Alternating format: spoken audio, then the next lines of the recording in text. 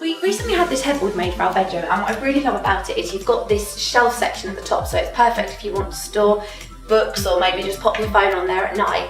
And it was a really cheap thing to have made. It's just made of raw MDF, so nothing expensive, but obviously it looks a little bit plain and boring at the moment, so I'm going to spice it up with some DC Fix and introduce some different colours and wood grains to it. This had to be painted with an emulsion before I could put the DC Fix onto it, so it was a raw MDF, and the plastic won't fully adhere unless you painted it just with some white paint, so again, nothing expensive. First thing to do is measure the sides and the top section, and then the front panel section. I'm going to draw a line across, which will allow me to have a guide so I can make sure I get straight lines as I stick the different wood grains effects on.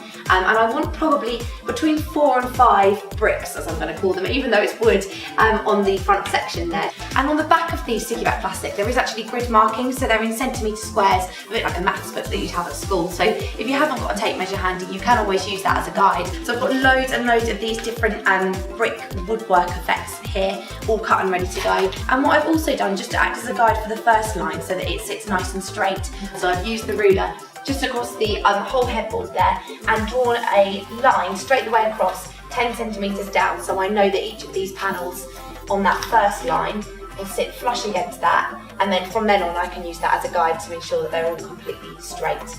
I'm going to start sticking them on from this side closest to me, work across and then work back and forward in that patchwork effect.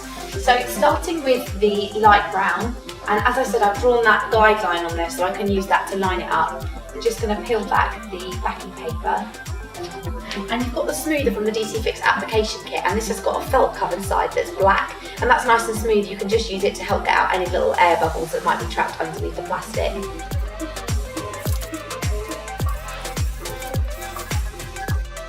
What I really want to do is try and avoid having two of the same colour next to each other or even kind of above and below each other, so I need to just keep an eye on which colours are where and try and build that up. So what I'm going to do now is place a panel in the centre of this section, so just imagining that this one here is going to sit in the middle just of where those two meet, and then what I can do is go back and fill this one in afterwards and trim it from the side, but I don't want them to sit completely underneath each other. So I'm just finishing off the top and the side sections. I've already done the far side. I'm just going to trim off all of these excess bits here before I stick down the rest of the top. So just using the scalpel and pushing that right up against the edge of the headboard.